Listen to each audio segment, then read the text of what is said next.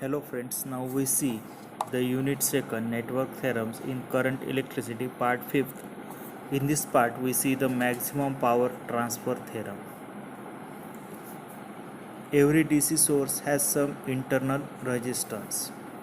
Therefore all the power supplied by the source available for external use, some of the power is spent to overcome the internal resistance and remaining power is available for external application. The power spent to overcome internal resistance is dissipated as a heat. Statement of maximum power transfer theorem.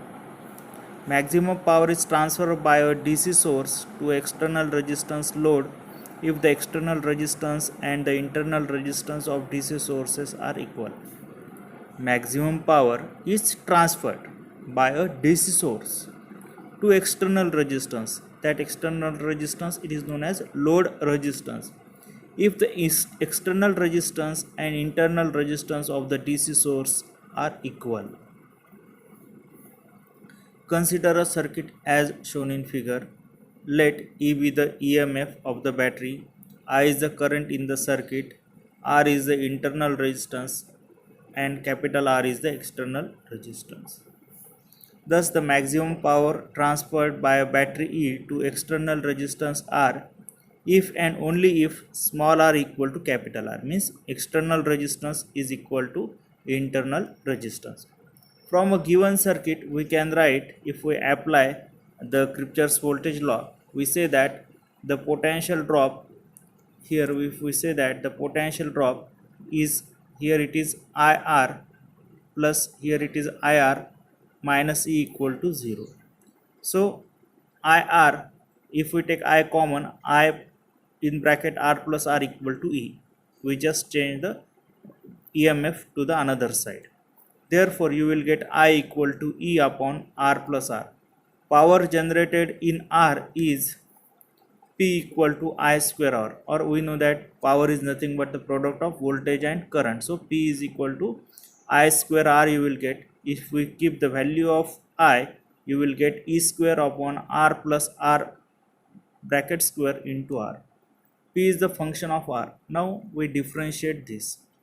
If we differentiate this equation with respect to R, then dP upon dr equal to d upon dr E square R upon R plus R bracket square. First function into d by dr, sorry, E square is common, it is constant, so we take outside. And if we differentiate this, R upon R plus R bracket square, so here E square, second function R plus R bracket square into derivative of first function, that is dr by dr, so it is 1 minus R into 2 R plus R upon R plus R's 4 power. So in this way we can differentiate it. Next one, here we make the square of this, so it will R square plus 2RR plus R square minus, if we multiply R to this bracket, it will be minus 2R square minus 2RR upon R plus R 4th power. So this R square minus 2R square, so it is minus R square. This 2RR minus 2R will cancel, and therefore you will get here dP upon dr equal to E square R square minus R square upon R plus small r bracket 4th power. This is nothing but A plus B, A minus B, that is, so here A square minus B square is nothing but A minus B, A plus B. Similarly here R square minus R square is nothing but R minus R in one bracket, in another bracket R plus capital R, and when R plus R will cancel, so you will get dP upon dr equal to E square R minus R upon R plus R bracket cube. For maximum power, this dP upon dr should be 0, or it should be constant. If power is constant, we say that dP upon dr it should be 0, because the derivative of constant is 0. Maximum means constant, so therefore here we consider that the dP upon dr should be 0. So here we take the left side 0. Therefore E square r minus r upon r plus r bracket cube equal to 0.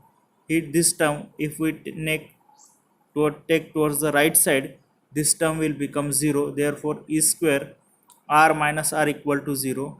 Again, if we take this term to this side, 0 upon e square is nothing but 0, therefore r minus r equal to 0, therefore r equal to capital R. Small r equal to capital R, or capital R equal to small r, that is external resistance is equal to internal resistance.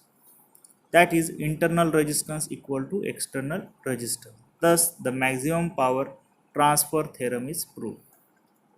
Okay, thank you.